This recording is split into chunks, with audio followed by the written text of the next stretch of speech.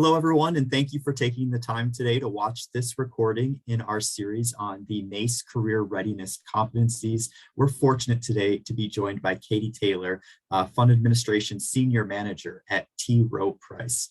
So Katie, thank you so much for taking the time. We look forward to learning from you today. We'll dive right in with that first question, which is, can you please introduce yourself, including your role and your organization? Sure. So my name's Katie Taylor. I'm a senior manager here at Rowe Price, and I manage the GEO financial reporting oversight team. And most of our focus here on the team is just ensuring the shareholders are receiving the most accurate and detailed information they can to ensure they're making the best investment decisions. Great. And Katie, can you please tell us which career readiness competency are you going to discuss today, and how does NACE define this competency? Sure. So today I'm going to discuss the critical thinking, which NACE defines as to identify and respond to needs based on an understanding of situational context and the logical analysis of relevant information. Great. And in this series, we are looking at these competencies across functions and industries. How does this competency and some of those sample behaviors that NACE highlights, how does it show up in the work that you do every day? That is a great question. So I guess we can start with one of the samples and I'll walk through it. So the first one I wanted to talk about is proactively anticipating needs and prioritizing action steps. So for example, for the financial reporting oversight group, we're responsible for reviewing shareholder reports for all of the TRP mutual funds. So when an associate reviews a shareholder report and comes across a discrepancy between the report and the source data, they can do one of two things. They can bring the error to the manager and say, what do I do? Or they can look at the source data, determine what group provided the data, and what questions may need to be asked. Then when they go to your manager with the issue, you can phrase it more of, hey, here's the error I found. Here's what steps I think need to be taken. Do you agree? So although not every associate needs to know the answer to every question they find, we do expect associates to anticipate the next steps towards the resolution. And I have one more for you. So the next one I kind of wanted to touch on today is multitasking in a fast-paced environment, which I'm sure everyone is very familiar with. Our team here at Rowe, as well as many others, juggle multiple projects and tasks daily, many which have competing priorities. And while the tasks may be different, they're all very important and we must meet all our deadlines. So we have a team and the team works together to ensure these deadlines are met.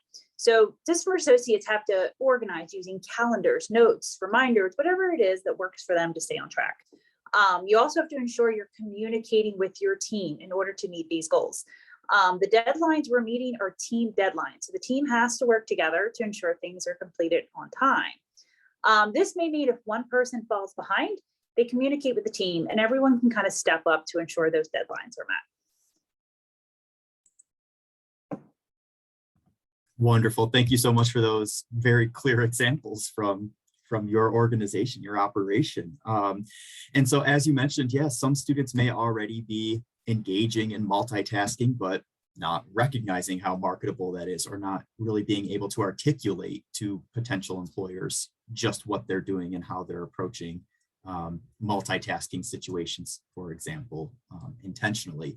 So what can students do while they're in college to further develop this critical thinking competency and be stronger candidates for future roles? Sure. So with the examples in mind that I've shared, you should start thinking about what you can do now to develop the competencies and become a stronger candidate. So with regards to multitasking, I'm sure you all have come across this already in your studies. You're juggling multiple classes, exams, writing papers, working part-time jobs, and trying to balance your social life on top of everything. So you're already learning to communicate with students, teachers, friends, families to ensure you're meeting deadlines and attending different things. Everyone has a different way to multitask.